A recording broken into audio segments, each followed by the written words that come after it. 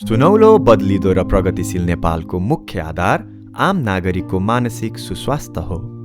Hospital city भरतपुरको मनमुटुमा रहेको भरतपुर अस्पतालमा मानसिक स्वास्थ्य सेवा सुदृढ गर्दै देशभर मानसिक स्वास्थ्य सेवाको पहुँच विस्तार गर्ने उद्देश्यका साथ Nepal institute of mental health र भरतपुर अस्पतालको साझेदारीमा राष्ट्रिय मानसिक स्वास्थ्य केन्द्र स्थापना तथा सञ्चालनको कार्य अगाडि बढिरहेको छ। हाम्रो देशमा 20 देखि 25% जनताहरूलाई कुनै न कुनै खालको मानसिक स्वास्थ्य समस्या लाग्छ आफ्नो जीवनकालमा। अनि हरेक वर्ष 6 देखि 7,000 व्यक्तिहरूलाई हामी गुमाइरहेका छौँ आत्महत्याको कारणले गर्दाखेरि। Nepal institute of mental health र भरतपुर अस्पताल मिलेर हामीले एउटा छुट्टै मेन्टल हस्पिटल राष्ट्रिय मानसिक रोग उपचार केन्द्र स्थापना गर्न लागिरहेका छौँ र एक चरणको सम्झौता अगाडि बढिसकेको छ, बनाउने प्रारूप पनि अगाडि बढिसकेको छ। यो मानसिक रूपको समाजमा अन्तर्भूत यति धेरै समस्या छ र हामीले यसलाई चाहिँ नजरअन्दाज गर्दै आइरहेका छौँ। यस नेपाल इन्स्टिच्युट अफ मेन्टल हेल्थले विगत लामो समयदेखि सरकारी तथा अन्य गैर सरकारी संस्थाहरूसँग संयुक्त रूपमा देशभर मानसिक स्वास्थ्य सेवा प्रवाह गर्दै आइरहेको छ।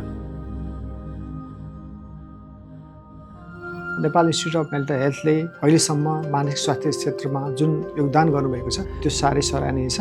Nepal institute of mental health र भरतपुर अस्पतालको सहकार्यमा नेसनल मेन्टल हेल्थ सेन्टर परियोजना जुन हुन गइरहेको छ त्यो मानसिक स्वास्थ्यको क्षेत्रमा एउटा कोसेढुङ्गा हुने निश्चित छ। तसर्थ यो परियोजना सफलतापूर्वक सम्पन्न गर्न सम्बद्ध सबैले आवश्यक सहयोग गरिदिन म सम्पूर्णमा हार्दिक अभिनन्दन चाहन्छु।